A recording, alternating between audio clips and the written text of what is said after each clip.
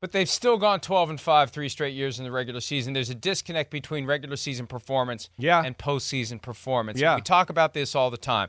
It gets more intense. There's a greater importance placed upon self-scouting. Right. And they don't seem to do that. Applying an okie doke to somebody, having a formation that you've used all year long, and this is what we do out of this formation.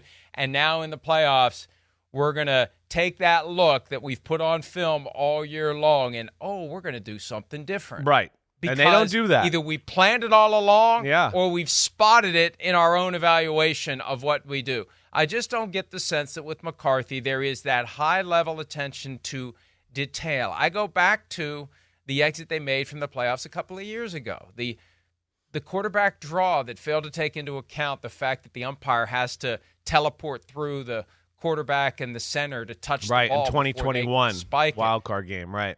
Whatever that ridiculous play was last year with Ezekiel Elliott playing center, what was that? Just throw a Hail Mary or a traditional hook and ladder. What was that? That thing never even got going. Ezekiel Elliott's last play with the Cowboys consisted of him being blown up while he played center for that ridiculous play that went with a pass to Kevontae Turpin that before he could do anything with it, he was hit as aggressively and violently as Ezekiel Elliott was. So at least this year there wasn't anything at the end of the game that you could say, what the hell was Mike McCarthy thinking, because it was 27-0 before people even settled in on their Barca loungers with their beer and their pretzels to watch the freaking game. Yeah. I don't understand it. And, I go back to this sneaking suspicion I have. And to use the quote from Jerry Jones in his training camp press conference from late July of 2012, I've been here when it was glory hole days, and I've been here when it wasn't. And having said that, I want me some glory hole. That's his exact quote. Right. I just wonder whether it's all bullcrap. I wonder whether it's all... Because you're saying if you want glory hole, that he would have made this move because this move does not consist of getting that glory that he wants. That's what you're saying, right? Yes. Right. I hear you. I don't see the path to a Super Bowl championship with Mike McCarthy as the head coach, and I don't think Jerry Jones does. I hear you. I would question whether guys in the locker room see that path, too. I hear you, Mike. I hear you. There's a path every year to money, money, money, money, money, money, money, money, money. And that's the key, and that's the disconnect, and that's the thing that fans don't want to hear. They don't want to hear that football is a business. Sorry, it's a business. And even though only one team gets to hold up the trophy at the end of the year, they're all winners. They're all winners. Remember that episode of Seinfeld when they go to the apartment and they're running the New York Marathon and the woman who lives in the apartment is yelling, "You're all winners. You're all winners." They're all winners. They're all winners. Even the Panthers this year. Now, I truly believe David Tepper is tormented. I don't think it's an act when he throws a drink on somebody. But they're all winners. And the difference is Jones has his 3 Super Bowl championships. He's got his Hall of Fame jacket. And it would be sad if he truly is tormented by this because he's in his 80s. Enjoy your golden years. Enjoy your super yacht. Enjoy your life. Don't get tormented over a football game where the margins are so tight and it's a call here, a play there, a fumble here, an interception there, and it changes the outcome of a whole season. So I'm really even more suspicious than I've ever been that it's all a bunch of crap. And he's just trying to make sure that Cowboys fans are passionate and tormented and willing to give him their money. Well, that's what it all comes down to. I hear you. I don't think it's all a bunch of crap, but where I'll piggyback on with you is that I think he wants it both ways.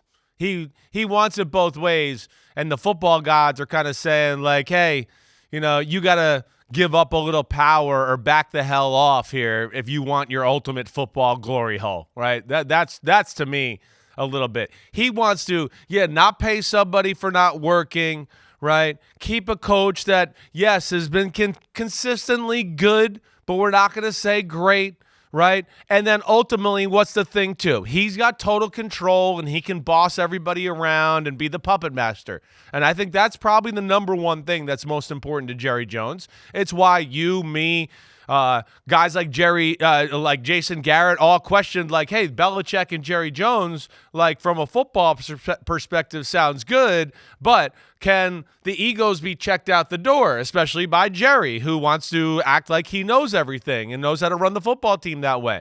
And again, I don't think he's willing to make those sacrifices. I don't. So I think coupled with some of the things that we've talked about, where they are as a team, right? Trying to find that coach where it's like, oh, wait, this guy's a good coach, but he's also going to be able to be micromanaged by me is not all that easy, right? A guy like Mike McCarthy, I think, hey, he was desperate to get a job, wanted to get back in the game. Okay, I'll do it. It's the Dallas Cowboys, sure, right? But, I think all the things you're talking about are in play here. And I think the other thing that's in play is that Jerry keeps his power. That's, to me, the number one thing he's worried about. And I think that's what we all talk about and think about here, right? And then he's also, I think, being led into, hey, Mike McCarthy went to the Super Bowl before. He was good in Green Bay. Look at that. He can still do that. But I come to help to have Aaron Rodgers. Well, boom. That's where I come to. And if I know you don't watch my podcast, but yesterday I broke down my podcast and talked about the things you said. I mean, the reasons I picked or said Green Bay could upset Dallas last week. Joe Barry will know this basic West Coast BS offense. Oh, this guy runs a slant. This guy runs a flat. Oh, this guy runs a slant. The other guy runs a slant. I mean, it's so basic that, to your point, there's no X's and O's great advantage ever given to his football team, where we watch LaFleur in the same game, right? Got 9 million tricks, a zig for your zag. I self-scouted myself. I got something new I drew up in the dirt because I know you guys know you might know what I'm going to do. And that's what I think you're talking about with Mike McCarthy. And I think, yes, to your point, that's where I was going, is where I would doubt whether it could ever get to the promised land of the Super Bowl. It's just because, hey, he won a Super Bowl. I get that. He won one Super Bowl with the greatest quarterback of all time, and he went on the greatest tear we've ever seen by a quarterback go on in the playoffs to win the Super Bowl. I mean, let's not forget that. It was literally like, hey, organization, jump on my back. I'm going to run around and throw lasers everywhere, and we'll go to the Super Bowl. And he did it for like 4 straight weeks. But other than that, it's always ended in what you talked about. Wait, we're better than them, and we lost to the Seattle in the NFC Championship game, or the Giants at home the next year after the Super Bowl. And that's where, it's hard for guys like me to get totally behind Mike McCarthy, because those are some of the things I certainly question with my football knowledge and being around the league and people like that for a long time. Yeah, I get a lot of pushback to, why are you criticizing Mike McCarthy, but you always defend Mike Tomlin? Mike Tomlin didn't have Aaron Rodgers. That's the first, second, third, fourth, fifth, sixth, seventh, eighth, ninth argument. All due respect to Ben Roethlisberger, Ben Roethlisberger is no Aaron Rodgers. It's not even close. No, it's light years different. And he went to 2 Super Bowls with Ben Roethlisberger. I mean, he went to 2 of them. I mean, so you got that as well. Let alone he was in a conference where, yeah, he had to deal with the greatest dynasty in the history of football as well. So there's some differences there that I would totally agree with you. And it's about what you're like what you're saying, maximizing the potential of your football team. And I think that's where, Mike McCarthy has maybe fell flat a few times. And I think that's why Jerry Jones was frustrated last year or in 2021 with the quarterback draw play, because he was going, wait, that was a year we were at home. We played really good. The 49ers barely got in the playoffs, and we should have, and we didn't. And that's the reason I think, we all have a little bit of a sour taste in our mouth about Mike McCarthy. That's why I would love to know what the conversations sounded like in the aftermath of this game. If there wasn't already a decision made that we're sticking with Mike McCarthy no matter what, and we're just going to let him twist a little bit to get him to work a little harder to try to win the playoff game. Oh, well, he didn't. So what? We've already decided to keep him. But if there was any uncertainty, like what did they do? What did they evaluate? What questions did they ask? What information did they gather? What research did they do to come to their final conclusion that Mike McCarthy deserves to stay? That's what I would love to know, because I would want, and I spent a lot of time thinking this week, should Mike McCarthy stay, should he not stay? And I was reminded of some of the reporting that was done after he left Green Bay, and there was the Tyler Dunn reporting about Friday afternoons. He'd disappear to go get a massage. Like, what the hell are you doing? If that's even true, I have no reason to dispute the reporting, but, like, you're getting a massage 2 days before the game when there's still work that needs to be done? Like, are you just relying upon your system, your offense, without an effort to get ahead of what the defense is going to do? Because one thing I've learned over the past 22, 23 years, Chris, is, and you lived it for a little while in New England, the best of the best bust their asses all the time. Yeah. Bill Belichick's getting a massage, and if he is, he's watching film while he's doing it. Right. Well, yes, there's a line of, hey, this is what we do, and we're going to do it well, and that's who we are, right? And listen, you always want to color within those lines.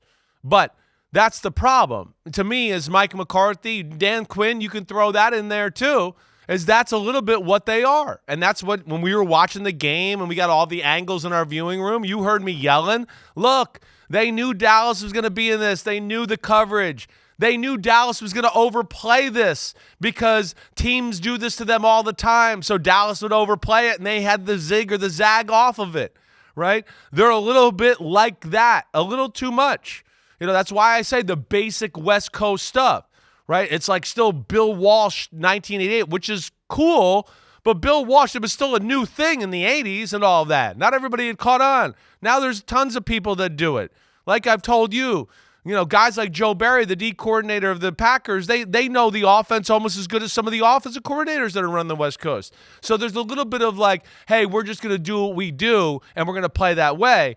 And to your point, that's just not what the great teams in history for the most part have done. It's not. The Patriots, absolutely not. Rooted in Bill Parcells and what my dad grew up in and played in, right? No, that's where they were masterful. That's, hey, we run this play all year. We're really good at it. We got in the playoffs. We got like 3 fakes off that play. Watch out. You're going to overplay that play that we've been dominant all year for. Now we're going to screw you over with 7 wrinkles off of it, right? And that's what Belichick and Brady were amazing at. That's what Shanahan's amazing at right now. I think if we really broke down all the great coaches and great little runs for the most part, they had what you're talking about. They weren't we're just going to do what we do and we're going to go out there. That works sometimes when you have the best team and you're like, you built an unbelievable roster, right? There's some of that. I understand that. But for the most part, no, you got to give your team some tricks and give them some schematical advantages so they can therefore show you all their talents instead of like, playing a game where it's like the other team knows what they're going to do all the time and it's hard to be free and play that way and look good, I guess is what I'm trying to say there.